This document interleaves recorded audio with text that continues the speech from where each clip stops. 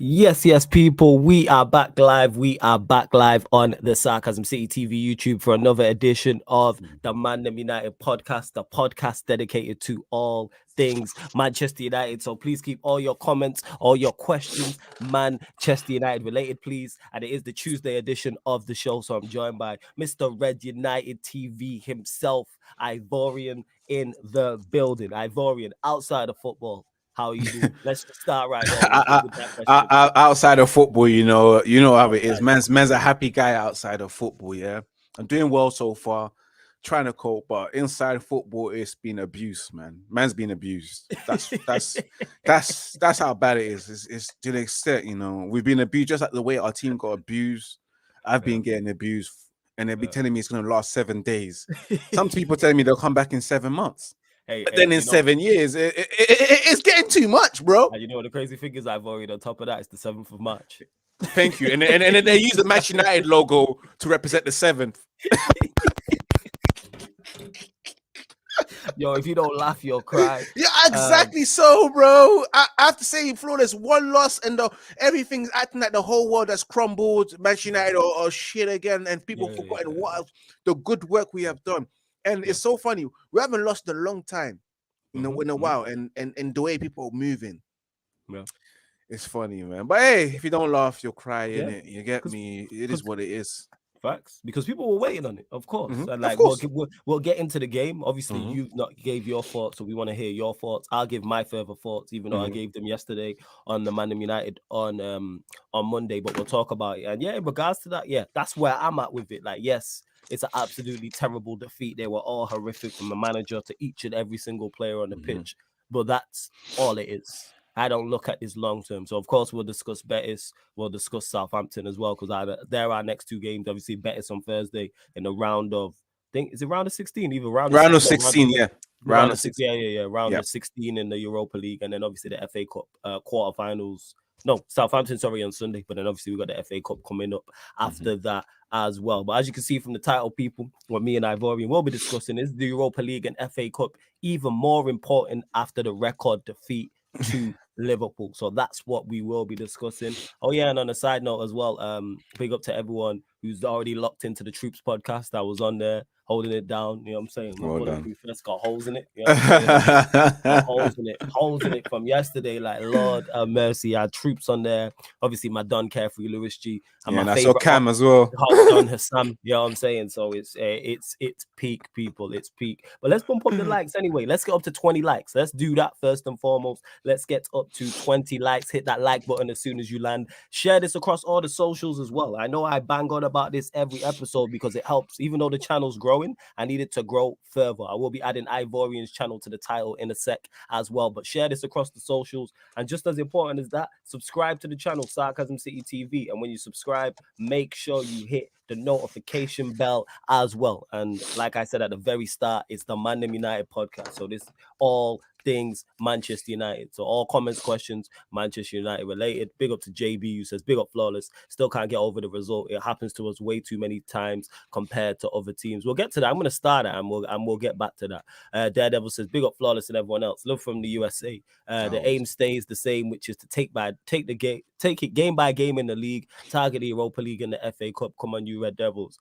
Daredevil, I like you. You know why? Because you're extremely level-headed. That's why, and I respect it, because it's so easy to lose your head in this instance. And even what Ivorian said right at the start there, and this is the first time we spoke, even though he's devastated about the defeat, as I am, as all Manchester United fans are, he's still level-headed. He's not losing the plot. Let's see how many changes Ten Hag will make against Betis on Thursday in the Europa League first leg. Hopefully not too many, as we need to prioritize the cup. That's an interesting point as well. We'll talk about that. Big up Captain Sal with the 7.0. Big up to RJ as well. With big up to Starboy, Manj. I see all of you lot in the chat as well. And yeah, Casemiro injury, I did hear about this. But I've started the better questions, but there's only one place to start. Liverpool 7, Manchester United 0. Ivorian, your thoughts? Boy, it's gonna be a long one for this one. It's like therapy, because it's fine. Because again, I've said it before. The reason why I'm okay and probably Flores is okay because we get to talk about it. You know, we talk about it on an everyday basis compared to the other fans who you probably thinking, chill, trust, man. We just lost to Liverpool. Chill out, man. Why are you behaving like the whole world is falling down? We get to talk about it. When I get to do my match reaction, it's me unwinding and getting everything out and then putting it out there. Like, yeah, that's my therapy session done. So, but back to that game, that first 45 minutes, flawless. It was completely all Liverpool domination. But apart from that, it wasn't that bad because towards the latter stage of that first half, Manchester United had opportunities in that first 45 minutes. Bruno missing a chance, Rashford having a chance. I think everyone just finishing it like a bunch of pussies, bro. Their finishing wasn't good enough. It's like they lost a lot of energy, but I'm not going to blame it on really and truly, a game every 3 days. Same starting 11 all the time. And we saw it as well. And in the previous games, the game against West Ham and the game before that, you can see Manchester United getting away with so much, especially now the way we started games, the early goals we conceded, coming back as well. You saw that if it's against any good team, Manchester United will get punished. So this humbling was coming. It's just that it was masked over winning, and winning is a good deodorant for masking errors and mistakes. I'll tell you that right now. Winning is a good deodorant to marking and avoiding seeing the errors. It must get facts. And so that first 45 minutes, when that goal came in, I thought to myself, you know what? We can come back. We're still in this game. It's only 1-0. Then that second half, I just don't know what happened, man. Manchester United capitulated, man. They fell off their feet. A lot of people performed badly. And the goals kept on coming and coming, and it never stopped. A lot of things I can say. First of all, I have to blame my manager. Talk about it. Manager has to take the blame for this because to go into that game thinking that it's going to be any game, because he said in the press conference, it's just like any other game. It's 11 v 11, but this is Anfield. Big up to Cams, bro. Everyone laughed at him, bro, when he was saying, but this is Anfield. This is Anfield, yeah. Big up Monts as well. This is Anfield. At that moment there, it was Anfield, and Ten Hag forgot that it was Anfield. And I'm trying to think that you had dinner with Sir Alex Ferguson. Didn't Alex Ferguson tell you exactly what to do at Anfield, or because it's Eric Ten Hag, he's a man of his own, and he doesn't really want to take everyone else's advice, and he went in there gun ho, and that was the mistake. And I thought to myself, Ten Hag, you didn't learn from City away, and you didn't learn from Arsenal away. Going too gun ho, going toe to toe with these teams away isn't ideal. And I know this is not the Eredivisie where you can just go toe to toe with any team in the night, all the 19 teams or 18 teams or 17 teams, regardless of how many teams are in their league respectively. You can't go toe to toe thinking that you're going to take the game to them every single game. This is the Premier League, and this is a learning curve for Ten Hag. That's why I'm saying that, because he's going to learn from this, and when it comes to next season, he won't be repeating that mistake. He will know. It's just like the way Pep approached City's first season. Every game try and go gun-ho, and he decided that, all right, I can't go every game going gun-ho. I have to reserve and think strategically and tactically, and he will learn from that. But those goals that came in, but like I said before, making Diego Dalot start when ideally it should have been Wan-Bissaka winning the defensive fullback, should have been the first thing he did. But he believed in his philosophy, and as well, he wasn't making changes to support. Playing Weghorst as a number 10 in the midfield, where full of, I know Liverpool midfield ain't creative, but they got runners. It's energy, and they were absolutely running around Weghorst. And of course, playing Rashford up front against Konate and Van Dijk, who took the piss out of him for strength and pace and everything. Rashford couldn't do anything. That was the wrong idea. And playing Bruno in that position on the wing on the left was the biggest mistake as well, because Bruno, God damn it, man. This is when I can talk about Bruno. This is when I can feel like flawless right now, This is when I turn off your chest. Bruno Fernandes, man. Bruno Fernandes absolutely lost it, guys. To see our player, a captain, not leading Manchester United, especially when we was 2-0 down, telling them to calm down, gather your thoughts, it's a disgrace. Bruno was embarrassing. The moment I saw him push the referee, I was like, yo, big man, are you trying to deliberately get sent off? Like, this is not the way. And a lot of players did lose their heads. Yeah, Luke Shaw himself lost his head a couple of times, looking like he wanted to get sent off. Everyone played shit. Anthony played shit. Yeah, everybody was Yeah, I've had terrible. That's enough one of. thing. That's Yeah, one thing. I Anthony. could go on. This is you gonna get off your chest, but yeah, everybody was terrible. That Yeah, guy. I'm not hearing the yeah. samba football coming out of him, bro. And Fred played horrible. Casemiro, I was surprised. You know, He was. Yeah. it was shocking. He was making He was. mistakes in his passing. I'm like, Casemiro, this is not you. What's going on? Mhm. A lot went wrong for Manchester United. It was a bad day at the office, and these kind of things happen. You know, it can happen, and against Liverpool, it will happen, especially at Bless me. Anfield. And it all went wrong from when Workhorse touched the "This is Anfield" sign. You know, you don't do We're that. gonna talk about that as Now well. we're gonna talk about that. I'm thinking, yo, Jess bro, just mentioned it as well. yeah, Go like on, you carry don't on, do carry on, stuff like that. carry on. It was just a bad performance. Manager made mistakes, man. He set up the team wrongly. He should have went defensively and tried to just keep Liverpool and play tight, play a low block, and try and ride out the first 45 minutes at 0-0. Not go too gun ho and support them, especially when we conceded the goals. Why bring in McTominay? McTominay came on and made things worse and collected his customary yellow card. You know, people say bring on Sancho, but I wouldn't bring Sancho on after 5-0, man. Like, No, I it's wouldn't not bring fair. Sancho on. No, I wouldn't bring. No, Yeah. you didn't bring Sancho on. It's But there's just no one one you of can bring on at that Yeah, point. And whoever he brings on, it doesn't matter. You know what I'm saying? Like you're losing you're losing a fight, and like you're fighting a losing battle regardless. But go on, carry on, family, carry on. it's definitely fighting the losing battle if you bring on Sancho, man. Big up to Liverpool. They turned up, you know. We thought they wasn't really going to turn up. We all had it in our mind that this we can go to Anfield and probably get something. A draw we'll take, you know. If we get a win, yeah, so it be. But a heavy defeat like that is hard to take in sometimes, man. It makes you reflect, and it's good sometimes because we need some humbling to make people realize we're not there yet. For those who constantly try to throw us in a title race when we've been distancing ourselves from the title race, like, hey, we're not in a title race, guys. Don't try and put us in that situation. You pundits, you Arsenal fans, don't try and put us in that situation that we're not in. And yeah, man, Manchester United, man, it is what it is, man. We needed the humbling, and again, it just rectifies that and rectified that we need new owners. We need to get rid of these owners, make these changes that need to be changed.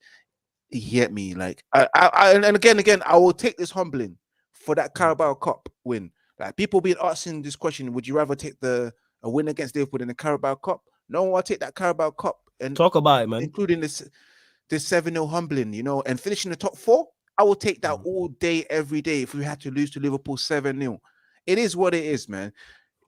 Guys, I've said to the fans, we've done so well so far. You know, we've overachieved.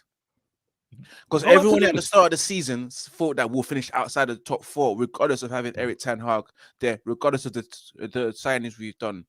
We should be happy of what's going on so far. Let's not let one heavy defeat. Actually, there's been 2 heavy defeats this season.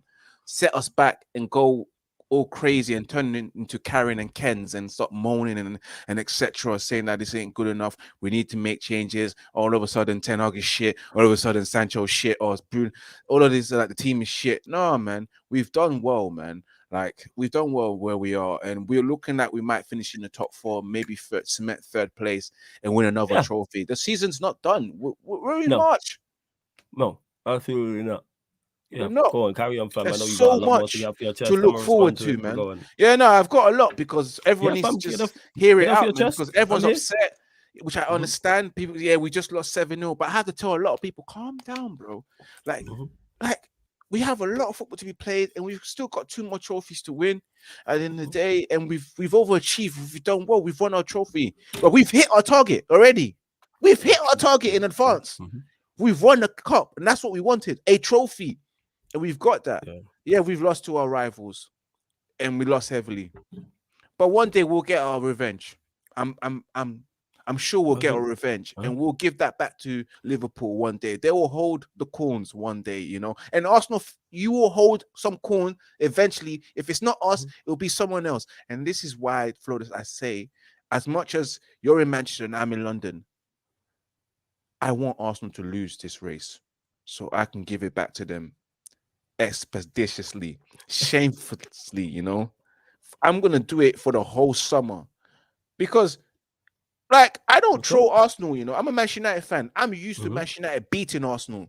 When we beat them, I don't troll them. For the last 10 years of when Manchester United used to go 7 years not losing to Arsenal in the Premier League, I didn't once go to an Arsenal fan and troll them. It was the norm to me. I didn't even see Arsenal as a rival anymore. But then when they beat us, oh, you're so shit. Like against, especially when we lost 3-2 to Arsenal. If you were just watching the scoreline, you'll see that Arsenal just beat Manchester United. If you never saw the statistics, because you think Arsenal just beat Manchester United, we beat them 3-1 at the start of the season, regardless of whether they said, we was the better team. Of course no, you wasn't, we did beat bro. Forget all that. We won. Yeah, you right. We wasn't going crazy. We wasn't going crazy trolling Arsenal fans every day. But Arsenal fans, that's the reason why I want them to not win the league. You know, on your side, you're in Manny. It's different. You see a lot of Mancunians. Ivorian Spice has only met 2 Manchester fans in his lifetime in London. And these and I guarantee you, those 2 Manchester United fans just turned Manchester United fans when they got Manchester money. City fans. Those Manchester City fans just turned Manchester City fans when the Arab money came in. Do you get me? I guarantee you that, because before that, they were not Manchester City fans. They weren't loyal ones. I've never met that much Manchester City fans. I only see them on TV. I don't see them in real life. So in London, it's all Arsenal, Chelsea, and Manchester United fans. So for me, I prefer to see Man City do a 3-peat. It doesn't hurt me too much. I don't know. For you, Flawless, you're in Manchester. So but even in Manchester, I feel like, there ain't that many City fans. Yo, the stadium don't lie. Look at them on match. Look at their parades. The ground ain't too. I don't live too far from the ground. Look at their parades. The parades is like a classroom, bro. It's not a lie, man. Like when Manchester United have parades, we shut down the city. The city centre gets shut down. I've been to a couple parades, Manchester. The last time we won the league, and then there was one before that. Go look at 99. I was a bit too young to be out there, so my mom didn't want me out there. But go look at the 99 parade. You know what I'm saying? We stopped the city centre. We stopped, you know what I'm saying, buses from being en route, trams from going around. People got to walk all the way around to get to work. I'm telling you. I'm saying it's different. But you lot continue to bump up the likes. We're at 29. Let's get to 30 likes. Just one more. And the subs is bumping up. Let's get to 5,575. That's what we're looking for. 5,575. 3 more subs, 1 more like, and I'm gonna put Ivorian's channel in the title. Ivorian, carry on going though. I know you got a lot to say. Oh yeah, back to that, man. So yeah, man, that's for me is like those. And again, guys, yeah, we all been trolled. Like we're gonna continue getting trolled. This ain't gonna stop. Even if we batter Betis 7-0, it ain't gonna stop, man. No. So we just take it, man up, woman up, whatever it is that you are, a man or a woman. And just take it in every day. Like me right now, I'm at that. I'm moving like Champagne Pappy Drake. I'm not responding. I don't respond to diss tracks. If you want to send for man, I ain't responding, bro. You're gonna get airtime. A lot of people, even my mom, tried to send for me. I'm giving her airtime now, bro. You get me? It's that deep, bro. Everyone is trolling. My dad is a Liverpool fan. I'm ignoring him. You know, the groups are popping. I'm ignoring them. Yeah, I'm ignoring the group chats. People are sending comments. Yeah, go on. Yeah, I respond on here. I'll respond on here. Any live I'm on. So whether it's a live on my channel, whether it's another content creator on the live with me, comment section, I'll respond to people asking questions. People at me on socials. Cool. Other than that, nah. Like I said, I'm go on, fam. I've been trying at work. As soon as I came in, they bought me 4 cupcakes and said that we think you might need this to cheer you up. I said, thank you. They didn't buy you a 7-Up. I'm surprised they didn't buy me a 7-Up, bro. I would have dashed that 7-Up in their face, man. How dare I would have lost my job. I would have lost my shits there if they bought me a 7-Up, bro. There's no way you're gonna make me feel 7-Up. You get me? I'm surprised they didn't buy you a 7-Up. I'm very surprised. Very surprised. You lot continue to get your questions in. Continue to hit the like button. Continue to share this across the socials as well. Ivorian said a lot there. Man. In regards to the actual game itself, yes, Ten Hag is at fault. But I've said this yesterday. I'm going to say this today. I'm going to continue to say this. We lost 7-0. I'm not going to pinpoint one player when they were all horrific. And I repeat that. Whether I rate the player, whether I don't. You lot know my thoughts on Bruno. I've already mentioned it. But I am not going to single out and pinpoint Bruno for this game in particular. When it wasn't just him. It was everybody. Everyone. It's not like I can say, 7 of them were horrific and the other 4 were average. Everybody was just. I think the only person that we can't blame is the goalkeeper. because he was just a goalkeeper. maybe the hail. You know what I'm saying? And that maybe like he's the, but I'm not gonna sit here and I hated that people trying to stamp their flag in the ground and be like, oh well, the hail was okay. Like, yo, we lost 7-0. Or someone yesterday on here was trying to blame Ten Hag more than the players. We lost 7-0, and you're trying to dish out and proportion blame. Are you crazy? We just lost 7-0 away at Liverpool. You know what I'm saying? At Anfield. And you want to talk about, oh, well, this person's most. I'm not nitpicking. I'm sorry. If it was like a 2-1 defeat, then you can nitpick and say maybe the manager could have did this and certain players could have done this at this point. But we lost by 7, record defeat. I am not nitpicking. I am not using that to pinpoint, oh, well, such and such isn't good enough, or such and such is a bench player, or such and such needs to be sold. When I was saying all of this beforehand, I didn't need us to get smacked by Liverpool to go, this squad needs to improve. Ivorian, every week, me and you discussed this. Every single week, we spoke in depth, even during our good run and go. We're not in a title race. The squad needs to improve. And people are like, why? Well, some people was like, why are you not in a title race? Yes. Why you being negative? Why you being negative? We 110% definitely need to improve. Like, without doubt. I didn't need this game to go, Ten Hag needs more players.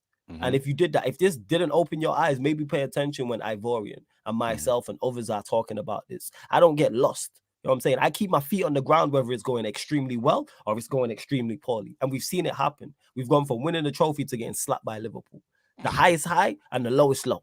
But yeah, I'm still here middle ground and still looking at it logically and going, we can still have a successful season. We can still have a 10 out of 10 season. Because we can still go and win 3 trophies. That's why I titled this video what I did in terms of Europa League and FA Cup, even more important, because it was important anyway.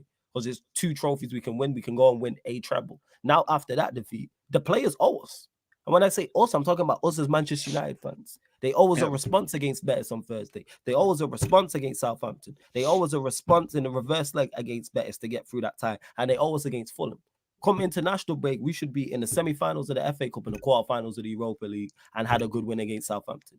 These lot owe us 100% after that, and I'm expecting a response. So I'm not, and you did say a lot as well. I'm trying to think, is there anything else I wanted to respond? Not really. You pretty much hit the nail on the head on most. They know this week's going to be a tough week. These Manchester United players know this week's going to be a tough week for Manchester United fans. They know that they embarrassed us. Yes, they're aware of it. They've been reminded the following day by their manager that you embarrassed the fans. You know, some fans left early. Some fans are being trolled, and they won't stop getting trolled. There's little kids crying at school because they're being bullied because Manchester United lost 7-0 to Liverpool. Can you imagine that? You know, people are having mental health breakdowns because Manchester United lost 7-0. It takes a huge toll and effect on everyone, bro. Like losing 7-0 is not a joke, man. The fact that your own parents, your mom doesn't even watch football, but she can call you and say, "But Manchester United lost 7-0." And then you're like, what? You don't even watch football, mom. Oh yeah, they just my mom. She was pissed. My mom was livid. Your mom's a Manchester United fan. Yeah, United fan. Yeah. She was livid. You know what I'm saying? She was livid, and even after the game, because obviously she's watching on Sky. And she's like, even afterwards, rather than talk about how good Liverpool was, it was about how bad Manchester. She said to me how bad Manchester United are, and I said to her, I was like, Mom, because where we moved the needle. I say this all the time. We are the headline, no matter what. Liverpool beat us 7-0, and rather than people talking about Liverpool winning 7-0, you know what I'm saying? It's all about how bad Manchester United were, and rightfully so. We were awful. Why are we not praising Klopp? Why are we not praising Gakpo for scoring twice? Salah for becoming Liverpool's record goal scorer in Premier League history. We're not talking about that. You know what I'm saying? Nunes scoring twice. Because it's all about us. We are the needle mover. Eddie already said it, and I get to it. Obviously, I was on Troops' podcast, and I was so Hassan was on there, and he was on Battle of the North. They just beat us 7-0. And the first thing he mentions is me. First thing he mentions is me. First thing, you have 7 goals to choose from. And the first thing when we get on that show, Hassan mentions when I think it was when Matisse went to him. Actually, when Troops went to him on both different podcasts, he mentioned me. Like, that's crazy. You think we win 7-0 and I'm mentioning a Liverpool fan? I will get to that eventually, but I'm running through them 7 goals. I'm 110% running through them 7 goals, running through how bad our position was and how great my team was. But again, long-term people, I'll always look long-term. And when I say that, I'm talking about what can Manchester United win this season. We've already won one trophy. We're on for two others. You know what I'm saying? We are on for two others and can win a treble and can still have a 10 out of 10 season. Don't get it mistaken, people. Yes, it's a terrible. We can still win the war, but we've lost a battle in terrible fashion. Yeah. That's how I'm looking at it. That's how people can say, "Oh, you lying and you just coping mechanism." No, I've seen Manchester United have worse defeats, and when I say worse defeats, I'm not talking in terms of numbers, people. I'm not talking in terms of scoreline. I'm talking about things at stake. All that was at stake in that Liverpool game is bragging rights. Yeah, it's bragging rights game, and obviously you don't want to get clapped like that. If we was chasing down a league title, or they was chasing down a league title, this defeat would hurt more. I've seen us lose league titles on the last day. I've seen us get draws and losses towards the back end of Premier League seasons that has cost us Premier League titles. I've seen us go out. I've seen us lose Champions League finals. I've seen us lose Champions League semi-finals. I've seen us lose Champions League quarterfinals. All much more hurtful, and I'm much more scarred from them. You know what I'm saying? There's Champions League games we lost, knockout ties we lost 20 years ago that I'm still not over now. I'm still not over now because I look at it, and when I say that, it's because I look at the team and go, that team is good enough to go and win a Premier League. That team is good enough to go win a Champions League, whereas this team is not good enough to go and win a Premier League. So that's why I'm not. If this would happen in the FA Cup or the Europa League or the Carabao Cup, it would be worse for me personally, because I'm simply looking, right, these are trophies we can go and win. But people look past that, and people are too cared about being banned. I can take being banned. I've been here 10 toes down since the defeat, people. I'm saying Sunday I was here, yesterday I was here, today I'm here, and I'll still be here the rest of today and tomorrow and the days forth. I'm saying I could have easily ducked everything. I could have ducked today, I could have ducked yesterday, the day before on my own channel. Troops messaged me as the game was going on. I think we went 5 and said, "Do you still want to come on?" I said, "Yo, I'm dead. I'm dead." I could have easily messaged back Matisse and said, "Yo, I'm not coming on battling enough," because certain other content creators and definitely a lot of fans, people who be in the comments talking rubbish, rivals, when they lose ain't here. Because when Liverpool got smacked 5 by Real Madrid and me and Saint was doing the United Liverpool show, there weren't no Liverpool fans in the comments. Guarantee when I do that show tomorrow with Saint, because we moved it because it's the Q&A tonight and the show with Saint tomorrow, Mandem United analysis at Anfield, guarantee it'll be full of Liverpool fans. Hella Liverpool badges in the comments. Guaranteed. Guaranteed. But you man weren't there when you got beat 5. Yeah, that's a whole different comment. All of a sudden the account's reactivated. Reactive facts. And speaking of channels and stuff, Ivorian's channel is in the title, Red United TV. Click the link in the title, people. Open up a whole new tab. You can subscribe to his channel. Great content over there, and find all his socials, his Twitter, his Instagram, everything that's going on over there as well. Make sure if you're supporting Sarcasm City TV, you support Ivorian. Make sure you do that. Support Ivorian 110%. Let's get up to 40 likes as well. And subscribers, I was looking for 3, so we're looking for 4 more subs. He was up to 40 and 3 subscribers as well. And you lot have said a lot, so me and Ivorian will get to all your questions. And of course, if you super chat, I get straight to your. That's the surefire way to make sure your question gets read out instantly, people, or comment or whatever it may be. Big up Flawless, still can't get over the result. It happens to us way too many times compared to other teams because we've not been good, JB. That's why this has happened so often. If we're talking about the Brentford game, like go look at Fergie. Fergie, we got beat, and that was better sides than this. But the reason why it's happened in recent times more because we haven't been good. We're talking about the City 6-3. You're talking obviously about this Liverpool game. The Brentford game I don't put on there. That's just a bad day at the office, not a horrendous day. We can get beat. I've seen us get beat 4s and 5s by other sides, whether that's a Newcastle or Southampton, and better sides under a better manager. So it is something we need to sort out, though, away from home 100%. But I'm expecting Ten Hag to learn from this. And that's something Ivorian mentioned, being a little bit more defensive at Anfield. And that's what I wanted us to do. Yeah. Go put runners in there. I said play three central midfielders. I wanted to see Fred Sabitzer and Casemiro match their running. And now next time we go away from home, see, I'm looking at the Etihad and Anfield next season to see how Ten Hag sets up. What's your thoughts on this, fam? Yes, that's the same thing. Like I said before, like I told you that Big Up still can't get over it. Hope, but yeah. Say that again. You broke up a little bit. Say that again. Sorry. Is that's the comment? Yeah. Yeah. That's the comment there. Yeah. From JB. Yeah. The only reason why it's happened to us many times because you look at the past, look at the people that who was managing us. You look at the fact that we had that PE teacher, bruv, and that PE teacher didn't go into games with the right. Okay, I'm not going to discredit him because he's a manager and he definitely had tactics to go into every game. No manager goes into a game without having a plan or anything like that. But his plan wasn't good enough. And when you manage Oli and he doesn't tell you how to play, or doesn't have a philosophy, he doesn't know what he's doing. Yeah, you're gonna get spanked. Under Oli, we got spanked. Well, we did, absolutely, we did, no doubt about it. Let's see how many changes Ten Hag will make against Betis on Thursday in the Europa League first leg. Hopefully not too many, as we need to prioritize the cups. Here's the thing: is he could drop them all. He could drop every single player, and I'd have no issues with that. I think Ivorian's frozen, so he'll be back. Yeah, he has frozen, but he could drop every single player, and I'd have no issue with that. I'm not, after that performance, I'm not vouching for any or fighting for any player to start. Pellegrini won the Premier League with Manchester City and now coach Betis. It won't be easy, flawless thoughts. It won't be easy. No European tie, knockout tie, or very, very, very, very, not a lot of them. You know what I'm saying? There's very, very few European knockout ties that are easy. So will it be easy? No. But do I expect us to do the business? Yes. Am I expecting a response because of what happened at Liverpool? Also, yes. The place will be rocking. The fans will be up for it. The manager will be up for it. The players are going to be up for it. And as long as we take a lead to Spain, I think we go through. But I don't think we go there and lose. So even if we take a 1-goal lead, I'm expecting a response. I'm expecting a 2-3-0 win. Ivorian will be back as well, people. He'll be back. Jay says, Casemiro apparently could be out for the Betis game. Yeah. Ivorian will be back, people. Yeah, I've heard this, that he could be injured. What's the injury, though? I don't know. You lot, let me know. Trudon says, despite being a Liverpool supporter, I thought you debated Hassan well and I gave you the win. Don't tell him no. It's all good, man. It's all like Hassan, my guy, in it. You know what I'm saying? That's he my favorite up.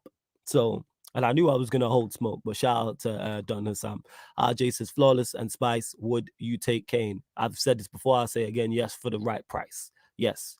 Jez says, I got to ask, is there overreaction of people seeing Weghorst touch the pool logo? Maybe it's just me. I don't particularly care that he touched the logo. We lost 7-0 and people are talking about Weghorst touching the Liverpool logo before the game. Word to X Factor. You know what I'm saying? Those that watch Battle Rap. It's priorities, nigga. What we conceded 7 to Liverpool, and people are talking about Weghorst touching the sign. I just think it's sentimental. I'm not saying people are wrong for getting at him for touching the sign, but me personally, I couldn't care less because it has zero bearing on his performance. So we conceded 7 because Weghorst touched the sign. Bear in mind, if there was no cameras in the tunnel, because they don't always show cameras in the tunnel, we wouldn't have seen him touch the sign, and this wouldn't have been a thing. So same way these man swap shirts, same way these man sometimes in the tunnel shake hands and be hugging. Same time after the game, they be swapping shirts and shaking hands and talking, and sometimes laughing and joking. Like, I think, yeah, it has no bearing, but that's just me. Someone would have to elaborate. But again, I'm not sentimental like that. Shout out Flawless. I had a couple days to let things run, but these men have to beat Betis real bad. Certain man need to get dropped too. There has to be repercussions. This is from Anthony. Big on my Jamaicans in the building as well. Yeah, of course we have to beat Betis bad. Betis bad, 110%. Everybody could be dropped. I am not vouching for one of those players to keep their place, and I believe there has been repercussions, and I believe there will be further repercussions. There was reports came out that said Ten Hag said if you lot play like this again, you will be with the under-21s. So I'm expecting him to pull out the 4-hammer, pause. You know what I'm saying, and deal with these men. Them. Big on my guy Eddie every single time. So shout out my G's. This is the therapy I be needing. You must have really heard that Hassan brother, bro. He talked about you more than the result, LOL. Because I'm in here rent-free. That's why. In here rent-free. Imagine they beat us 7-0 and I'm talking about you. Dennis says, big up Flawless and Ivorian. Who do you guys want to be dropped against Betis? Could drop all of them. You could drop all of them. I can't pinpoint one player. And there's not one player I can say, yeah, I want you to start. You could drop the entire 11. And I'd have no issue. If it's a complete different 11, have no issue. If it was Wan-Bissaka, Malacia, Maguire, Lindelof. Not saying that's going to be the team, but if it was that, Sabitzer, McTominay, Sancho, Palestri, Garnacho, Alanga. I'm not saying that's the team. I'm saying if I seen that, I'd be like, you man deserve this. If he changed the entire 11 against Betis, he deserves it. And Knowledge Anthony here says, I agree with Ivorian, but the difference is these players cannot be trusted. Yes, Ten Hag is getting the absolute best out of them, but they disappear when the going gets tough. Here's the thing is with that, Anthony, I don't disagree with you in terms of we know certain players cannot be trusted. But this goes back to the point I've been making today and since the game. I didn't need this defeat to tell me some of these players ain't good enough.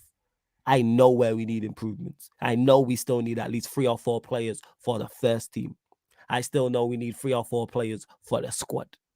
So that's like 8, 9. Someone asked me that. I think it was on the Q&A on Sunday. How many players do we need? Or it might have been yesterday. And I said, like, when I ran through the numbers, I said like 8 or 9. So this squad is still way short in terms of quality. But Ten Hag has them overachieving and at their maximum or above it over the season. What are you saying about this, Ivorian? Absolutely.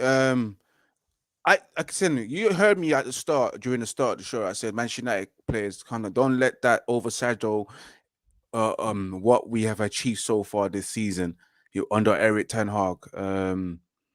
Yeah, and on top of that, some of these players can't be trusted because these are the same players that we said last season. I can't trust these players, that they're not good enough and etc. But there's been a turnaround. There's still some players that you can't trust, you can't put your full trust on, such as the Maguire, and as well as a couple of players that's there that you probably are 50-50 on. Like, for example, some people are 50-50 on Dalot, some people are 50-50 on Wan-Bissaka, and also probably 50-50 on Fred. Some people are 50-50 on Bruno Fernandes. Some people are still 50-50 on Marcus Rashford. There's a lot of players people are 50-50 on. Even the goalkeeper, coming to the goalkeeper as well. So, yeah, I can agree with Knowledge as well, bro, that some of these players cannot be trusted. And Eric Ten Hag is doing his absolute best to get them, especially from where we came off from last season and what we saw and what we went through physically and emotionally, to see what we've achieved so far under Eric Ten Hag. I keep on saying before, he's overachieving. He's overachieving. And that's how you know this manager is good. But back to what I was saying before the internet rudely cut me off. I think the internet had enough of being trolled as well. You get me? It's like, I've been receiving data from you being trolled. Like, I've had enough, bro. And cut this off. Yeah, I was saying regarding Oli had his ways, but he didn't have the best game plan to implement. And with Oli, we was losing consistently. We was getting plummeted. We was getting dealt with. And it's the same thing with Jose Mourinho towards the end of his tenure, where everything got sour. So that's what I was saying to Manchester United fans. We've been there before. Under Ferguson, we lost 6-1 to Man City on the day we were celebrating the Munich air disaster. We decided to wear retro kits with no sponsorship. That day we got trashed. So it's normal. So fans can't just go crazy, man. It happens. Under Louis van Gaal, my man said it as well. We got battered by Leicester 5-0. It's normal. It's normal to lose heavily against your ops. But Real Madrid lost to their ops, Barcelona. Was it 5 or 6-0? 5-0. It's normal. It happens. Arsenal lost to us 8-2. Yeah. Yeah. Yo, is he gone again? Yeah, he's gone again. I thought it was me. Let me know in the chat. Is it me or is Ivorian gone? Can you lot still hear me? I think you lot can. I think it's Ivorian again. But again, continue to get your questions in as well. Mo says every Man United fan on Twitter right now is asking for Bruno to be back this fan base, man. Mo, why are you always complaining about Bruno? I don't get it. I'm lost. You always complaining about Bruno, and stop overreads that it's not every United fan on Twitter, because I'm on Twitter and I'm not backing Bruno. I don't get why you let I agree with you. Mo, you're here regular. You know I don't rate Bruno. You know this, but I don't know why you letting United fans who rate Bruno get on your mind like that. Cobra says, big up everyone. Big up. Chris says, big up Flawless. You done very well not going on individuals after the loss. I think it's disgusting how some fans go in on some individuals but not others, because people are that's the true agendas. That's why people have their agendas, and I'm not gonna do that. Sorry guys, switch back to my hotspot, man. The internet's moving mad. Maybe it's the network. Yeah, it's moving mad, man. But yeah, as I was saying before, let me finish up, because I'm not done. Sorry, guys. Again, like I said as before, Barcelona lost to their ops. Ferguson got battered. It happens, man. Again, Arsenal, we beat them 6-1. We beat them 8-2. We've trashed them as well. They've never trashed us. And Man City have trashed us, man. It happens. It happens in football. Like, the biggest defeats do come from your rivals, and sometimes it may not be your rivals. It's all about how you bounce back from it, and that's what I'm looking forward to. Will Manchester United go on the next 10 games on the unbeaten run? And that's what we should be looking forward to, and seeing whether they respond. It's all about how Manchester United respond, and we'll see it. on Thursday. But yes, Flawless, continue as you were saying. Is there something? Yeah. Is there anything I missed as well that you would want to? Yeah, there's a couple, but we'll run back through it. Don't worry about it, innit? We'll run back through it. Don't worry. If there's anything that you lot want, actually, but instead of doing that, anything you lot want Ivorian to answer that I ran through when he wasn't here, obviously just ask again and we'll get to it. But yeah, back to this. Chris, who says, "Big up, Flawless. You done very well. Not going on individuals after the loss. I think it's disgusting how some fans go in on some individuals, not others, because that's agendas. That's what that is. And again, not only is it agendas, let me repeat this. I don't need to see us get packed by Liverpool to criticize certain players. That's why I didn't pinpoint Bruno and say, Bruno was awful, Bruno was this, Bruno was that. Bear in mind, I could have done that. I could have stuck the knife in and twisted it. But you know why I didn't do that? Because I don't need that performance to do so. I don't need to jump on the bandwagon when everyone's getting at Bruno because we lost 7 at Anfield. When that performance is not far away from a typical Bruno performance. The same thing I've been saying on this channel, on this specific show for the longest time, that this guy's not good enough. And go look at his performances before that. Let's take out let's take out the Liverpool game. Look at his performances beforehand. Look at his performance in the second leg against Barcelona. But because we won the game, people will just bypass it and brush it under the carpet. No, not good enough. Bear in mind, I said this beforehand. He played well against Barcelona in the first leg against the Nou Camp. Second leg, the game after against Leicester, very good. And people are like, all right, you give him his credit. Why are you always on Bruno's case? I said specifically verbatim, perform again and again and again and again. So you put in them 2 good performances. Then look at the Newcastle game. But because we won the Carabao Cup final, we ain't going to talk about it. Look at the Barcelona second leg. That was the next one. Awful against Barcelona. Missed a great chance and gave away the penalty, was ineffective, offered nothing. The Newcastle game, the final, but because we won the final, I'm not going to criticize him, I'm not going to mention him. Poor again. Anfield, poor. But obviously, I'm not picking that out. My point is, he does this. He'll play well 2 games in a row, then he'll be poor for 3. Then he'll be average for 3, then he'll be poor for 5. Then he'll play well for 4 or 5. That's what Bruno does. So the reason why I'm pinpointing him is because I could easily do that and go, but I'm not going to pinpoint him for the 7-0. Because he's not only to blame, they're all equal. I'm dishing out equal blame. You know, when you be ramping, like, say, your siblings and your cousins, and you know what I'm saying, and your mom or dad would come back and just shout at everybody. That's what it is. Even if there's people who were more at blame, say it wasn't necessarily me, say my cousins was more at it, or maybe it was me who was doing more of the troublemaking or whatever, and your mom or dad or nana or aunts, uncles just shout at everybody. That's what it is. That's legit what it is. Let's see what I'm saying. Cobra says, I saw that flawless respect on how you handle him. He's talking about no, honestly, flawless. You've been level-headed, man. I've watched you closely, especially after we lost. Even with Rants as well and Fleck. They didn't lose their head. Like, even I didn't lose my head, man. I only don't. If I've lost my head, it's probably because I was still in the motion of seeing that 7-0, and I do instant match reactions, and I was still. But I didn't go gun ho on everyone. I just said we was terrible. Like, I spoke about the goals that we conceded, not about all individual players. I did highlight some players, but apart from that, you watch my podcast. I try to find check it out, people. Watch that Instagram, guys. Yeah, I was just telling people, like, regardless of what's happened, you should look at the bright side of things. You know, we're doing well, and again, it's only a heavy defeat. It's against Liverpool. It happens, man. You move on from it. Like, you get me. You move on. We got John Jones, basically. If anyone watched UFC and they saw John Jones versus Cyril Gane, we got John Jones. We tapped out after 2 minutes, bro. And it is what it is, man. We just have to move on. We'll try to forget as much as you can. But yeah, it is what it is, man. But big up to you, Flawless, man. You're level-headed, man. You're a great politician as well, bro. If you want to be as well. Like, why am I a great politician? Because I don't sweat when the pressure's on. Yeah, you don't sweat when the pressure's on, bro. You know how to answer these questions and come at it correctly, man. That's how it is, man. You're cool. You know what you call the triple C's? Cool, calm, and composed. Yeah, man. That's me, man. The word to Modi from Top Boy. Composure, lads. Trust me, composure. That's what composure.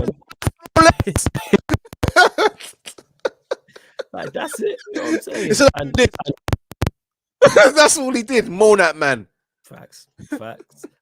And to Chris, who says, yeah, we need another option at 10. Bruno isn't consistent. Vegas isn't at that He's level. not I agree with that 100. And again, you 100. you lot are gonna get tired of me saying this. I didn't need to go get beat at Anfield 7-0. And this ain't at you, Chris. I'm just saying this is definitely not at you, Chris. I didn't need to see us get beat at Anfield to know that Bruno's not good enough and that Vegas is not a long term. These are not new things. I found out nothing new about this team.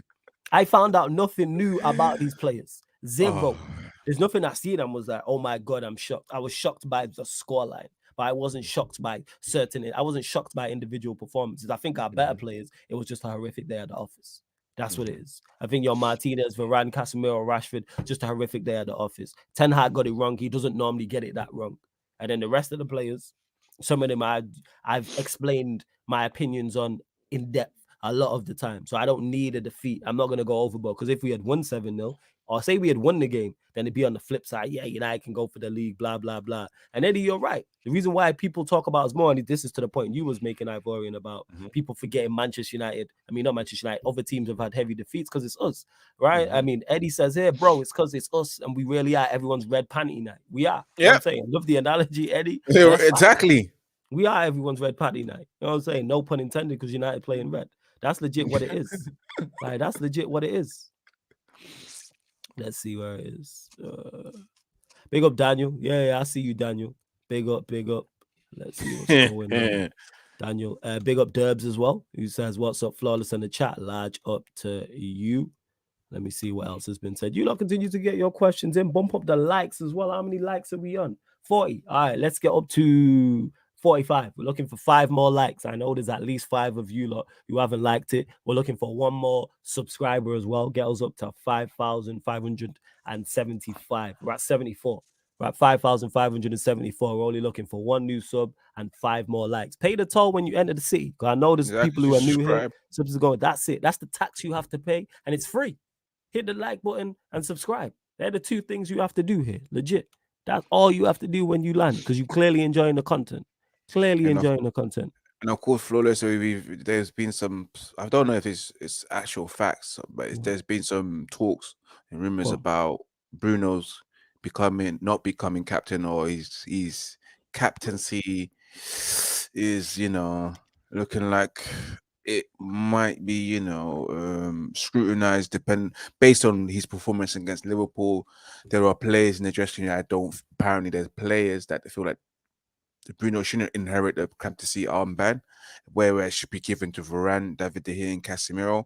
I just want to get your thoughts on that. Like, how do you feel about that? Because I can't just go one game, because to me, I feel like Bruno himself, he's a decent captain, better than what we have right now. Because let's be real, we know none of us want Maguire to be our captain.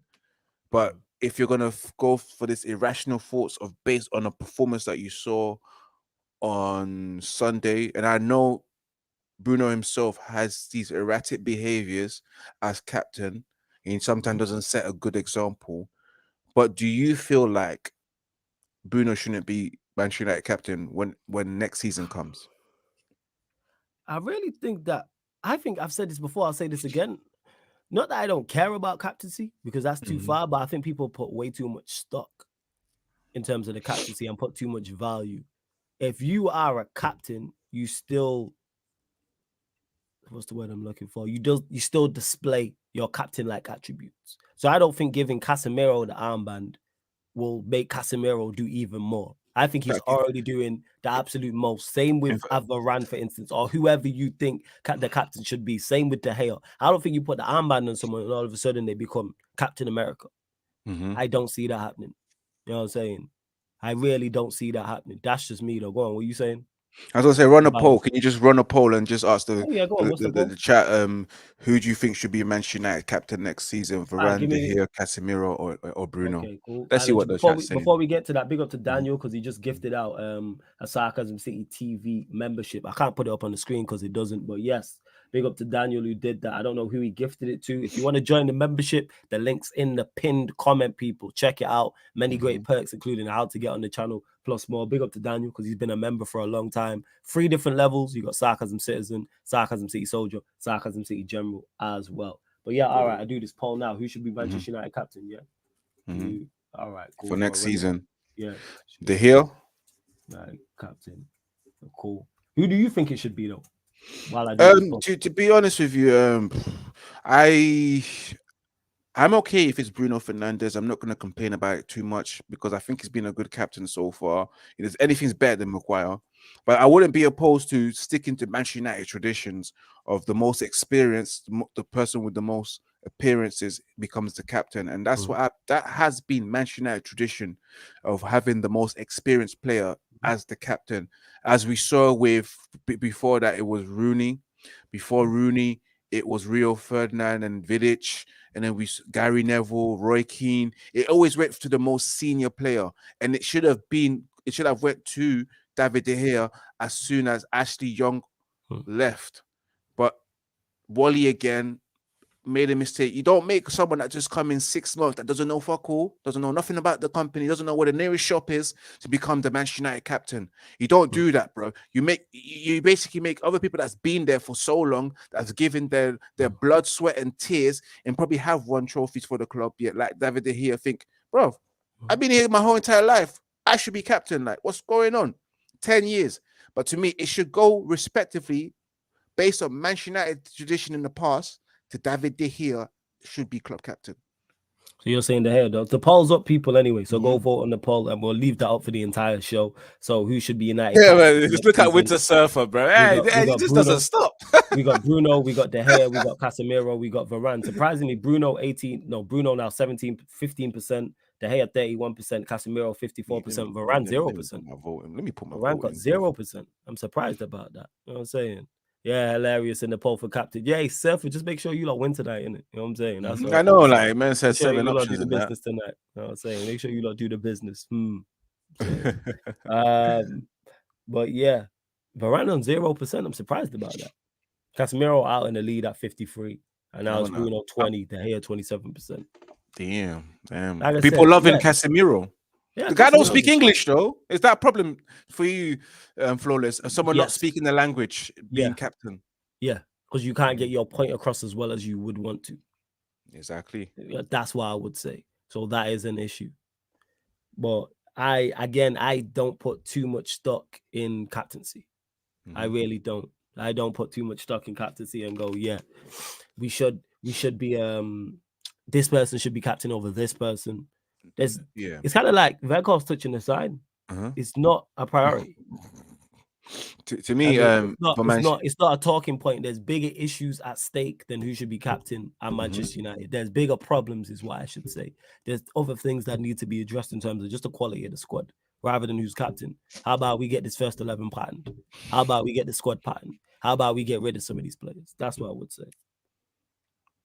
I say, yeah, Cass has been taking English. I would expect Casemiro to be taking English classes, absolutely. If he learns the language, which obviously I believe he would be, and I expect it to, and you're going to pick up the language anyway, unless you're Tevez who refused to learn English. Yeah, or Anderson. My captain pick would be Casemiro. It would be Captain. It would be. That's what I would say.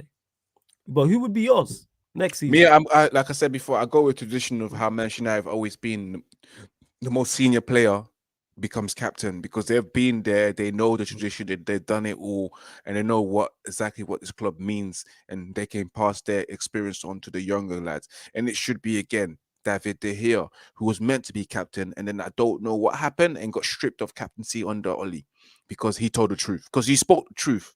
You know, do you remember that game? We got packed in as usual under Oli, and they asked him what's going on. I think it was against Tottenham, the 6-1 defeat. People need to remember that. And he said, I don't know what happened. This is not Manchester United, you know, and X, Y, and Z. He spoke the truth. The next game, he got dropped as a captain. So, yeah, it should be David De Gea, respectively. You know, apart from that, if not, if you're looking at who's won the most, the top player, then it goes down to Casemiro. And if Casemiro can pattern his English, because, again, the captain is the right-hand man of the manager. Absolutely, you know, that's the manager on the pitch. The captain reflects the manager's views, opinions, thoughts, everything on the pitch. And that should be Casemiro. But again, he doesn't speak English, you know. He's a general, in my opinion. Casemiro is a midfield general, and he organizes a lot. It should be him. But if it's not him, it's David De Gea, in my opinion. It's not going to go to Varane, and it shouldn't be Bruno Fernandes, man. It's the truth. Nah, first, like I said, for me personally, Casemiro, I would say he'd be the one. He's the standout candidate for me personally. But again, if we came to next season, only benefit if he takes it off Bruno is that means that, all right, you may not be starting all the time. That being said, we've had captains in the past who haven't necessarily been first teamers. Yeah, you had Gary Neville, our club captain, and he was at the late part of his career. We've seen Gary Neville have it. We've seen Roy Keane have it in his latter years. There's probably a couple others as well who weren't necessarily first teamers at that point. So again, people put away the leadership, blah blah blah. Yo, if you're a leader, you're gonna display leadership qualities regardless. Absolutely. And Manchester United, and every successful team has more than 5 leaders, at least more than 3 leaders in their team that don't care whether they got the captain bad, and they will lead everyone together. And that's what makes a strong winning team. Having a team full of leaders and captains, people that step up, not like Bruno on the weekend when he was supposed to be doing composure, lads, composure. The guy lost his composure. Hey, up yours, surfer, man. Up yours. Winter surfers out here, bro. Yeah. You're trolling the waste, man. You know what I'm saying? Absolute waste, man. Absolute waste, man. But yeah, speaking of that, obviously, you lot can again continue to get your questions in. We'll move on from this. We'll move on from the Liverpool game. Thursday, Betis. Yes. A couple people did ask in terms of changes. What's going to happen? What would you like to see in terms of changes to the first 11? Or no changes? Or is it wholesale? We need to make some, not wholesale changes. That just changes everything. And again, when Manchester United make wholesale changes, I'm worried, because when I see Lindelof and I see Maguire at the back, I'm scared. I am nervous. I'm sweating. And we all know we can't sit. It's squeaky bum time, as Ferguson used to say, when you see Lindelof and Maguire, especially what we saw on Wednesday against West Ham. I mean, last week against West Ham, and you saw that this guy Maguire is not it. Not that much changes. You know, some players need to be thrown into the first team that that lost against Liverpool as punishment as well.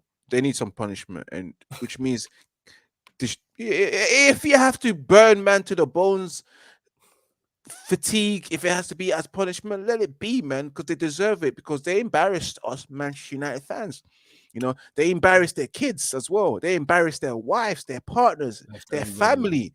You know, you get me? Like, that's how bad it was. So yeah, the changes that I want to see Aaron Ramsdale get back into goal. David De Gea needs. I mean, sorry, you see. Sorry. Yeah, I know, fam. I know. It's what Aaron Ramsdale play right back. I do not want to see Maguire. I don't want to see Maguire. I don't want to see Maguire. Bring in Lindelof if you have to. Rest Varane again for the Premier League. Play Martinez because he needs some more game time, as he's had more rest compared to Varane. Malacia to come in because Shaw needs to be dropped for the performance he put in as well. First. That is fair. He needs to be punished for that. You know, he looks like he needs a rest as well. And in midfield, we want to see Sabitzer come in. And of course, we always need Casemiro. So Casemiro needs to play in that midfield. He might be injured though, because someone did say. I hear that, and I hope he might be injured. Okay, so let's say you'd have him in your team if he's fit. All right, but let's say he's injured. Then who would you play in the midfield? No, Scott, man. Fred and Sabitzer to carry on what they were doing. You know, Sabitzer, Fred. Yeah, Sabitzer, Fred. They've done it before. They've gotten away with it. Yeah, you're right. Yeah, I'm right, bro. You're right. You don't want to see McTominay in that midfield, man. Yeah, you're right. I'm at we got options in that. Sancho back into the starting lineup. Drop Anthony. He needs to be dropped. You play Sancho wide right? Right. Yep, absolutely. Okay, cool. Who in the 10? Jesus, number 10. You know. You know it's going to be Bruno Fernandes, isn't it? Like, no. Forget who would you play? I don't have a choice. We don't have a squad, bro. Everyone's injured. Eriksen was here, and maybe Van der Beek was. Sorry, if Eriksen was in, maybe Van der Beek was here, then you select them. But it's Bruno every game until they return in it. That's how it's going to be. So you go on left wing. Bruno. Okay, cool. Left, who would you go? left wing. You know what? Yeah, let's play Garnacho and let's play Rashford up front sometimes, man. To see the pace and see what he can do. Even though I don't favor Rashford playing as number 9 because I don't feel like he's a number 9. And Weghorst to get some rest. If you have to play So Weghorst wait, instead of so Rashford, so you'd go Sancho, Bruno, Garnacho, Rashford. Right, yeah, fair. yeah. We need I some pace up For front, man. me, I'd go obviously, yeah, De Gea and goal. I'd go Wan-Bissaka, Malacia, 100% as the 2 fullbacks. I'd go Martinez and Varane just because, like, I'm with you. I don't want to see Maguire. I particularly want to see Lindelof either. I know. If Casemiro is, let's say Casemiro is fit and ready to go, I would go Casemiro and Sabitzer. If he's not, obviously it has to be Sabitzer and Fred. I play Sancho. I play Sancho in the 10. Left, I'd go Garnacho. Yeah, I'd make a statement. Wide right, I'd go Palestri. I play Palestri wide right, and then Rashford up top. So that's what the only players I've kept is Varane, Martinez, Cass, Rashford. They're the only 4. The 4 main ones. You know what I'm saying in terms of, and yes, I'm not here vouch. If someone said Maguire, Lindelof, McTominay for Cass, Sabitzer for Fred, a young striker for Rashford, I'm not gonna argue you down. It's just what you said there. The lack of the squad. That's what it is. The lack of squad there. Quality as Yeah, well. but I would still play that. Genuinely, that's the team that I would play. I'm very interested to see what team he plays. Obviously, them players who have been dropped to the bench will come off the bench. And someone mentioned earlier about La Liga and saying how it's not a farmers league. Betis ain't going to be easy. You know what I'm saying? Betis say, hey, Dan, up yours, man. Oh, come Betis on, ain't man. Betis ain't low hanging fruit. Betis is not going to be easy, but I expect us to do the business. And I'm glad it's a home game. Normally in European ties, you want the second leg to be at home. But if this first leg was away in Spain, I'd be much more concerned about it after the Liverpool game. Because if we go a goal down early, away from home, I'm like, oh shit, we might not back. Because that's something we've been good at, is bouncing back. Whether it's after a defeat in the game or, you know what I'm saying, actually coming from a goal down in game as well. So, but I'm expecting us to do the business against Betis 110%. Thursday, there'll be a watch along for it as well. I'm expecting us to do the business and take a lead over there. And as long as I take a lead over there, we'll be all right. You know what I'm saying? That's what it is. That's legit. That's legit what it is. And yeah, it is even more important. Europa League and FA Cup I mentioned, even though that's not till next week Sunday, because we play Fulham in that. And I'm expecting us again to be in the quarterfinals of the Europa League, semi-finals of the FA Cup, leading into the international break. You know what I'm saying? That's what it is. Let's see what's going on. See if I missed any questions. Nah, I didn't. Hey, time to shine love, man. Says, yes, fellas, you're smashing it. Last 2 days, flawless. Big up. Out here, man. You know what I'm saying? You already know. I'm out here. Like, I ain't gonna hide. I've said this before. I say this again. I will never. It could have been 27-0. I'm not gonna hide. Never gonna hide, man. That Like would I have been said, peak, I'm 27 not. 0. Oh, shit. Yeah, I'm not. And you know what? I still would have been out here, fam. You Mm-hmm. know what I'm saying? I would have bought 27 cans of 7 Up. You know what I'm saying? And that, like, I'll be out here. You know what I'm saying? I ain't certain content creators, you know what I'm saying, who duck when their team loses. Not me, man. You'll see me on live streams the entire time, not just here. All my scheduled appearances everywhere else as well. With rivals, with ups. You know what I'm saying? Scarred, man. Man's still out here. You know what I'm saying? My mentions is going crazy, people. My Yeah, Twitter trust me. mentions is going crazy. Speak. I'm saying, man went over 4K followers on Twitter. Make sure you follow me at Ask Me Flawless. Make sure you follow me on Twitter. Instagram mentions people I've not heard from, trying to DM me. People I've not heard from all season. It's like, nah, you ain't gonna do that. If you ain't been around all season, I'm not hearing from you from now. And Sarcasm City TV on all socials. Make sure you follow, subscribe here, subscribe to Ivorian's channel as well. To Q, I just call you Q. Win trophies. Which ones? Leagues, Europa, World. Win trophy. What do you mean win trophy? I'm lost at this question. What do Oh, you mean? I think he's asking, what do you mean by world? But I think he's asking Yeah, which trophies what's a would world you rather trophy would mean? win? League, Europa League, and what's the world?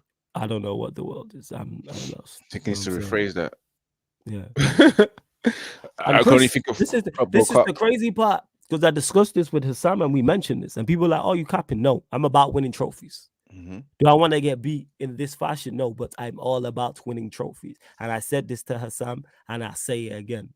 because he was like, I'll go, yeah, that's where it stemmed from. Because I said Manchester United can still have a 10 out of 10 season. He's like, no, you can't. I said, Okay. yes, we can. Because if we win 3 trophies, that's a 10 out of 10 season. And I said, I said I would take losing for the next 7 years 7-0 each time at Anfield if it meant we won 3 trophies a season. Bear in mind, throw a couple of the big trophies in there. So for when I say the major trophies, I'm talking Premier League and champs. But if we lost, I would shake anybody's hand right now for that deal. We are going to lose 7-0 every single time we go to Anfield for 7 years. But in those seasons, we're going to win 3 trophies. And included in that will be Premier Leagues and Champions Leagues over that 7-year period. Bragging rights. People are too concerned about being bantered and bragging rights. You know what I brag about? Trophies. That's what I brag about. Trophies. That's what it is. That's exactly what it is. I'm all about trophies. There's no, I say this before, I said this again, no statues of anybody outside of Old Trafford for winning 7-0 or a big win. There's no pictures of all those legends outside Old Trafford that played for this glorious football club, which is still the biggest in the country and the biggest in the world because we won a game. It's trophies. When you go to the trophy cabinet, when you go on the stadium tour and you see where is the big wins? There's trophies in there. You know what I'm saying? You got teams in here with no European cups. I'm saying let's not do that. There's teams in here with no European cups. There's teams in here with less. There's teams out here with less than 10 league titles. You know what I'm saying? There's teams out here with only 1 league title in 33, 34, 35 years. Like, let's not do this. Let's not get over the top. It's all about trophy. At the end of the day, for me personally, I can only speak for me. It's about trophies. Results is bad, yes, and that's a part of it. And you need to get great results to go and win trophies. But I'm all about trophies. You know what I'm saying? All about trophies. Trust me, bro. That's what it is. That's what it is. He said the one you get a chance to win if you win in the Club World Cup. I don't care about the Club World Cup personally. What's your thoughts on it? I personally don't care for it. Really? I thought about the Champions League. You know, the Club World Cup hasn't got doesn't have that much magnitude, you know, or the fame. I know they want to revamp it to glamatize it, to make it worthwhile, because it's meaningful for the South American teams, because they look at that like playing against the team in Europe and winning that as a big achievement. For a European team, they just see it as a wasted fixture.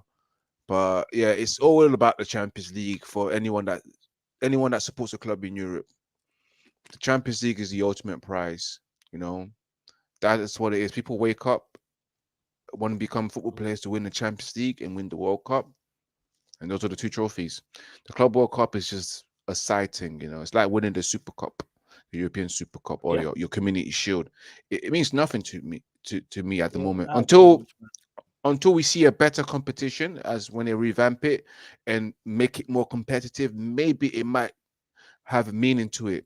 One day we'll see in it. Maybe in the next 10 years, it will mean a lot compared to the Champions League or the World Cup. It could be as equivalent to the Champions League or the World Cup. One day we'll see in it. But yeah. I was even that excited when we won it. Yeah. I just said, we won another trophy. Nice. That's what it is. So yeah, for me, let me just clarify, because there's some people new here. When I talk major trophies, the first tier trophies are your Premier League and Champions League. I put them at the top. Then below that is then the Europa League. Below that is the FA Cup, and then below that is the Carabao Cup. That's how I have it in tiers. So it's 4 tiers. Those are your minor trophies. Yeah, your first tier, then this is just me, is Premier League and Champions League. That's the first tier. Second tier is Europa League. Third tier, FA Cup. Fourth tier, Carabao Cup. They're the trophies. There's 5 I mentioned in there in 4 tiers. Everything else after that is just a bonus. So your Club World Cups, that's the only trophy you can be in. That's just a bonus. But obviously, we weren't in the Champions League this year. We were never going to win the Premier League. So I'm looking at, if we can win the second, third, and fourth tier trophies. If we can win all the trophies I genuinely believe we can win, that's a 10 out of 10 season. Absolutely. 10 season. Especially where we come from. We gotta know where we come from. Yeah. Coming off the worst of us, the worst ever season ever in Manchester United's history, 100%. Well, in Premier League history as well. Bookluck says, what are your thoughts on these weird Bruno pity parties going around? Certain fans love certain players more than they love the success of the football club. And we've seen this with players, we've seen this with managers. Say it before, I'll say it again. And you'll hear me say that a lot. So I'll say it before, I'll say it again. I'm a Manchester United FC stan. I care about the football club's best interest, not one individual, whether that's a player, whether that's a manager, whether that's a coach. So what it is with the pity parties is, and I've said this about Bruno, I've debated about him. Ivorian clipped me talking about Bruno a month ago when someone asked me a question and I lost it. I went on like an 8-minute rant about Bruno. It was a basic question as well, but I just lost it. It wasn't even like the United fan who asked the question. I can't remember who it was. Asked a genuine question, so it's not like someone was trying to trick. But I say it, people love to do mental gymnastics to defend him, and all you're seeing book clock now is even more mental gymnastics. We lost 7-0, and people are still defending him. That's crazy. 7-0, and people are still defending him. Like I said, you have to do mental gymnastics to defend that man because he's just not that good. I said it on Saeed Go. I went on another rant about it on Saeed's channel, MUFC Unfiltered podcast. Make sure you check it out. There's a playlist for it on this channel as well. And I mentioned Bruno and I said the reason why people defend him so heavily because he's not that good. People don't have to defend Casemiro, Varane, Martinez, Rashford this season. You know why? Because their performances speak for themselves. Their performances have been A1. Their performances have been consistent. That's why me and Ivorian have never had to sit on here and defend Casemiro. Or had to sit on here and defend Martinez or Varane or Rashford because this season, not only have they been good, they've been consistently good. This man is not consistently good. And forget, I'm not talking about Anfield. Forget that. I'm not talking about Anfield when I say this. Go and look at the games previously. Go look at the Carabao Cup final. Go look at the second leg against Barcelona. Go and look at, those two games in particular. Go look at those two games and see that he played poorly. But again, people don't want to mention it. Because one, we went through against Barcelona, and 2, we won the Carabao Cup. But had we lost, people would be doing what you called here, book clock, pity parties. And Zayn says, no matter how much we can be positive and try to ignore the hammering, but 7-0 really is hard to take, especially against Liverpool. It's worse than under Oli. Who's trying to be positive, Zayn. Nobody's trying to be positive. Nobody's ignored the hammering. I've been talking about this for the past 72 hours. What are you talking about? Somebody added me on Twitter and said, "He's a Chelsea fan. Do you sleep, Flawless? All I've seen you is doing is talking about this defeat since it happened. It's Tuesday. I've been talking about this shit since Sunday. And I will be talking about it on the Q&A tonight. I have the Wednesday show with Saint. It was Wednesday night, Liverpool show on Wednesday night. I'm going to continue to talk about this. So it's not, yes, is it tough to take? Yes, but what it is, no one's trying to be positive. I'm just not crying about it. Yeah. Yes, there will be a Champions League watch along tonight, 8 p.m. on the Twitch. Chelsea versus Ryan. Welcome, Ryan, bruv. You know what I'm saying? Second leg. Yeah, I answered this, Ryan. Couldn't care. I don't care what Vegas did about him touching the. Yeah, I couldn't care. Don't care. What were you saying? Word to Andy Tate. Don't care. We'll go on. Word to Andy Tate. No, it's not that much of a big deal if he touched this is Anfield side. You know, he's a player that's living his dream right now. You know, playing for Manchester United. You know, everything to him probably surreal. I'm like, I can't believe I'm here playing for Manchester United. Let me see what this is Anfield feels like. You know, it's like a tourist in a country, bro. That's what it is with Vegas. It means nothing, man. People shouldn't react over that, man. What? I would have done the same thing. I would have done that. I'm not gonna lie to you because why? I've seen everyone touch it, and I'm like, okay, what's this? This Anfield does to you? What kind of judge does it do? Does it lift your spirits? I, as a Manchester United fan, going to Anfield. Let's just say I went on a tour to the stadium. I would have touched that. Flawless, you would have touched that because it's famous. No, I wouldn't touch it. Yeah, no, you would. I wouldn't. No. If you went to Liverpool right now as a Manchester United fan, and let's say one of your female friends and bought you a ticket to just to see the stadium, I'm not going. No, I'm giving it to one of my Liverpool friends. What do you mean? Like that. No. You have to go. You have to go. She bought it. My girl would know better than to get me a ticket to an Anfield game. But I'm just saying that some people again, touch that. Some people would. I'm not saying that wrong. I'm just petty. That's what it is. You know what I'm saying? I'm just petty. That's what it is. So no, I get people's frustration, but it happens, bro. Yeah, that's what I said. I said I'm not mad at people being frustrated. I'm just saying personally, I don't care. We just got beat 7, and people are talking about Vegas touching the side. Yeah, I know. It's just trying to find anything. Then that's not an excuse of why we lost. They're trying to point it out, Vegas touched the sign and gave us bad luck. Yeah, forget about that, man. Like I said before, I don't know. Probably a lot of players have touched it before, but it just wasn't mentioned. Yeah, it It wasn't wasn't quite. Yeah, filmed. I Hmm. couldn't like no. I've seen worse. I've seen Manchester United captains go and play for Liverpool. What are we talking about?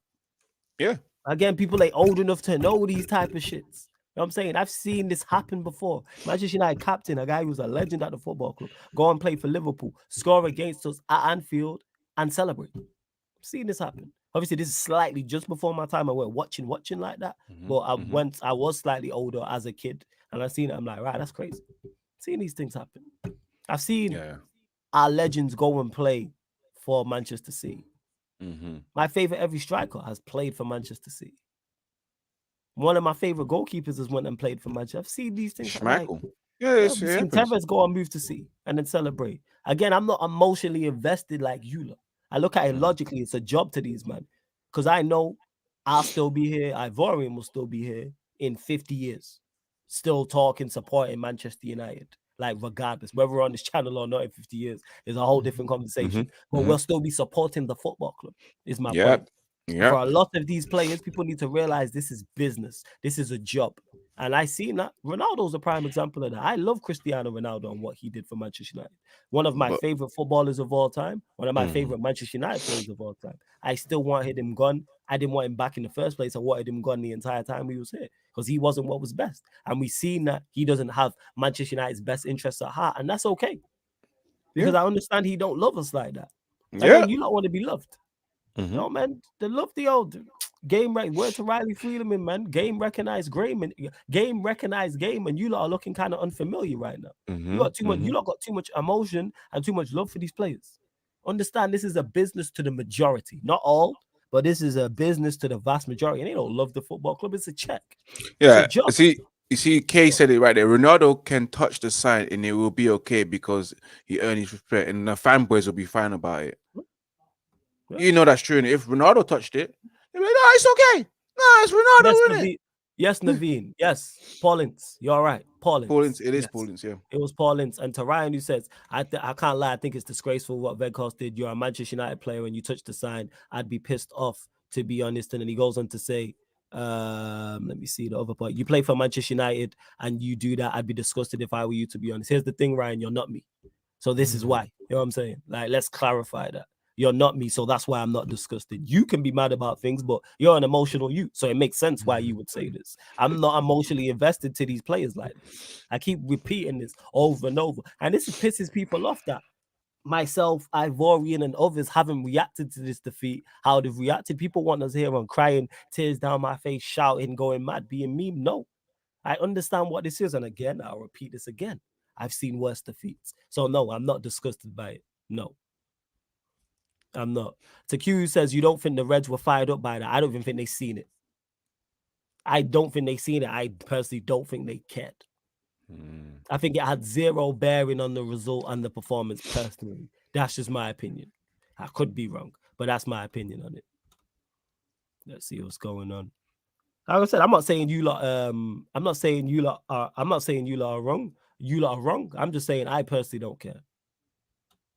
Let's see what's going on. Booklock said people are blowing this Vegas thing for literally no reason because people want to distract from the fact of what happened on the pitch. Yeah. That's why. People don't want to talk about what's on the Vegas. It's Vegas. As if it was Ronaldo, it'd be a different conversation. If Bruno did a different conversation. I'm just pinpointing though. If Casemiro did it, it'd be a different conversation. Because it's Vegas, I don't care. So he touched it. He touched it. So what happens when if these men swap shirts at the end of the game? Is that not the equivalent of touching the badge, Ivorian? You tell me. Yeah, it's the same thing. If you're swapping shirts, you're putting on a Liverpool jersey, it's the same shit, bro. So what's the difference? There's no difference. Yes. We're gonna close out shortly, people. Question to Ivorian and Flawless. Do you want Bissaka starting? Because when we played Betis on the weekend, because for those that don't know, Dennis is a Real Madrid fan. When we played Betis on the weekend, their winger was cooking and fast. Vasquez and Ancelotti had to bring on Carvajal. Your thoughts? I think you're with this with Wan-Bissaka. I think you yeah. Because I picked him in my starting lineup for the game against Real Betis. Definitely, Dennis the Great. You get me. I want Wan-Bissaka to start because we need that defensive approach against Betis. And I think Dalot wasn't ready for the game against Liverpool, you know. mentally as well, you know. And you should sit the next game out and then come back the following game. I'm with it, man. We need Wan-Bissaka to play. Wan-Bissaka should have been the one that played on the weekend, and Dalot played against Real Betis as we were at home, and we got to go and attack them. But now seeing what's happened to Dalot, and I don't know if Dalot's probably lost a bit of confidence, especially being cooked like that. Yeah, play Aaron Wan-Bissaka just to bring the freshness back into the team, and the team needs some fresh legs back into the starting lineup just to pick up a bit more momentum going into the Southampton game. It needs that, man. Yeah. Yeah, I mean, that's legit. Yeah, I'm with the Wan-Bissaka thing as well. Like, he should play. Definitely, 100%. And again, people ain't gonna police how I respond to things, same way I don't police how anybody else's response. Simple as that. And that really bothers people. But you know, to anyone who that bothers, hold that. Legit, hold that. Let's see what else is going on. Dalot hasn't looked right since he sat out due to injury. Yeah, maybe it takes him a little time to get up to speed. Eddie. I'm a fan of Dalot, and I'm not going to dispute that. But has he been below par as of late? Yes. Yeah. He has been below par. Yes, I agree. 100%. Naveen says, I think Dalot was exposed because of lack of coverage from Fred and Anthony. The first goal was him trying to cover for Anthony, and Fred could not cover the gap left behind. Yeah, because that was people trying to, even though Dalot was caught, people were trying to blame him for the first goal. It wasn't on Dalot. It was Fred and it was Varane. And people can say Anthony didn't track back. I need to see I've not seen the play again to see what happened. But yeah, I'm not. Again, it's 1 goal out of 7. But Dalot hasn't looked right. So hopefully international break you can get right. But we got games anyway. We played 4 games over 3 competitions before the international break. We got Europa League, Premier League, FA Cup, and Europa League. Yeah, I believe so. Yeah, because Southampton's the one sole Premier League game on Sunday. But it's even more important. It's all about bouncing back and continuing on in our season. For me, it doesn't change anything in terms of the long-term objective and the long-term goal for this season solely. We've won 1 trophy, go pick up the other 2, win a treble. Ten Hag will learn a lot from this, bring in certain players, move on certain players, go and attack. Because I said I still stand by a bare minimum. I expect Manchester United to compete for the Premier League title next year. Obviously, that's with the correct investment, and quarterfinals of the Champions League, and defend our 2 chains in the FA Cup and League Cup. Defend our 2 chains. Yeah. The FA Cup and League Cup, because I still think we win both. Oh yeah, I'm standing on that as well. I'm 10 toes down. I'm standing on that. Europa League and FA Cup, we win both. I've said this, we win a treble. That's what I would say. And to Eddie, who says, we need a whole squad makeover. I don't care who gets sold at this point. After that defeat, I'm with that, Eddie. And that's me being a little bit irrational because of what happened. But I'm not going to defend any of them. I'm not. Chris says, if we lose to either Betis or Fulham, I'm pissed. I'd be even more pissed than this Liverpool game. If we lose to either of those 2, I'd be even more pissed. Yeah, we'll have to put our head into shame, bro. If we that's when I'll be like, you man are taking it. Sell them all. That's what it is. Ivorian, anything you want to add though before we close out? Not at all, man. It's been one great therapy show as always, man. It's nice, man. Guys, I keep saying before, hold it down. You know, don't listen to these ops. You get me? Don't let them draw you out at work, telling them to come outside and etc. Don't let them get to you. You know what it is, man. We've been there. We've lost like this before, and we will get over it, man. And Manchester United will get back to what we was doing, and let's hope that we get 10 games unbeaten in a row. Like, let's hope we get that. But for Manchester United fans, my Mancunians, everyone around the world, don't let them get to you. You know, even if they offer you 7-up, don't take it, bro.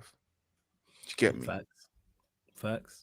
All right, but love to everyone that's locked in. Ivorian's channel, the link is in the title, people. The link's in the title, Red United TV. Big up to everyone who's watching live right now, everyone watching this back. Anyone listening back on the audio, love, as always, continue to support. Did we hit the subscriber mark? We did wrap 5,000. Yes, we went over 5,575. So big up to you lot. We hit the subscriber mark that we wanted to. We hit a couple, went over 50 likes, which is also what we wanted to do.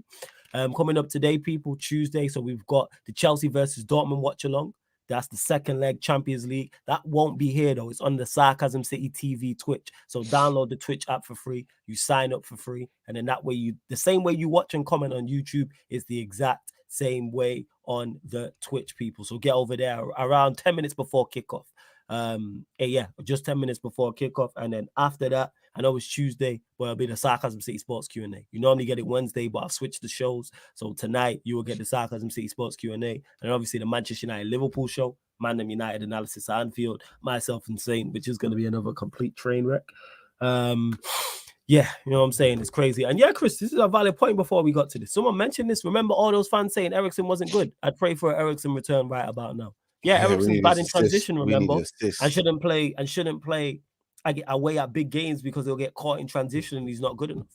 I'm not saying Eriksen, we wouldn't have lost 7-0. Yeah, actually, I am saying that. If Eriksen plays, we don't lose 7-0. There's two things Eriksen does very well. One, being press resistant, and two, keeping the ball.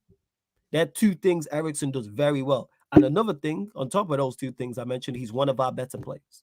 And he's the only profile of player we have in that midfield area that can do that. Would we have still lost the game with Eriksen? Yes, because everyone else was horrific. However, do I believe it would have been 7? No.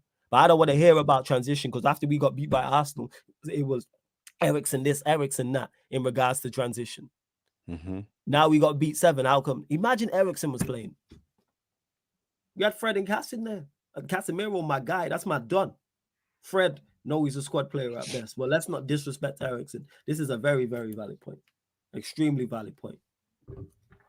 Absolutely. Well, yeah. Anything else you want to add, Ivorian, before we do close out? Not even, bro.